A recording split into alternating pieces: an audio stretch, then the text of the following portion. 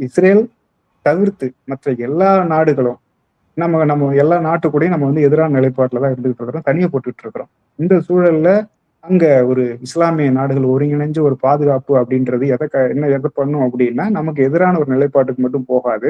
அதே சமயத்துல அவங்க நம்ம இதுவரைக்கும் நம்ம ஏதாவது ஒரு பிரச்சனை வந்தாவோ, இல்ல ஒரு தீவிரவாத தாக்குதல் நடந்தாவோ, நேரடியா நம்ம வந்து பாகிஸ்தான தாக்குறது அப்படின்றது தான் இதுவரைக்கும் நம்ம எடுத்த நடவடிக்கையா இருந்தது. ஆனா இனிமேல் அப்படி ஒரு நடவடிக்கை எடுக்க முடியாத ஒரு சூழலுக்கு இங்க ஏற்கனவே தள்ளப்பட்டுடுச்சு.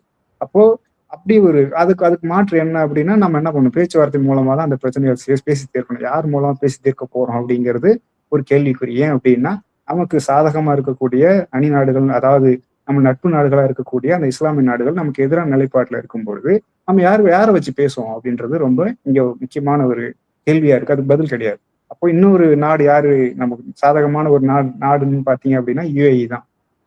அது வந்து யார் கூட நெருக்கமா இருக்குது அப்படின்னா, அது இஸ்ரேல் கூட நெருக்கமா இருக்கக்கூடிய ஒரு நாடு. அப்போ UAE, இந்தியா, இஸ்ரேல் அப்படின்ற 3 நாடுகள் ஒரு பக்கமாவும், மற்ற நாடுகள் அதுக்கு எதிர்நிலையாவும் போறத நம்ம புரிஞ்சுக்கிறோம். அது இந்த மாதிரியான ஒரு நகர்வு சரியா? இது வந்து நமக்கு சாதகமா போகுமா அப்படின்னா நிச்சயமா போகாது. நம்ம ஏற்கனவே பேசினா போல இந்த நாடுகள்ல மட்டும் இல்ல, மற்ற நாடுகளும் நம்மளுடைய தோழர்கள் இருக்கிறாங்க. நம்முடைய எண்ணெய் இறக்குமதி சார்ந்த பொருளாதார நலன்கள் இருக்குது. அப்படி எதிரா போகும்பொழுது நமக்கு வந்து பொருளாதார, அரசியல் அரசியல் பாதுகாப்புன்னு எல்லா பக்கமும் நமக்கு நெருக்கடி வர்றதுக்கான வாய்ப்புகள் ரொம்ப அதிகம்.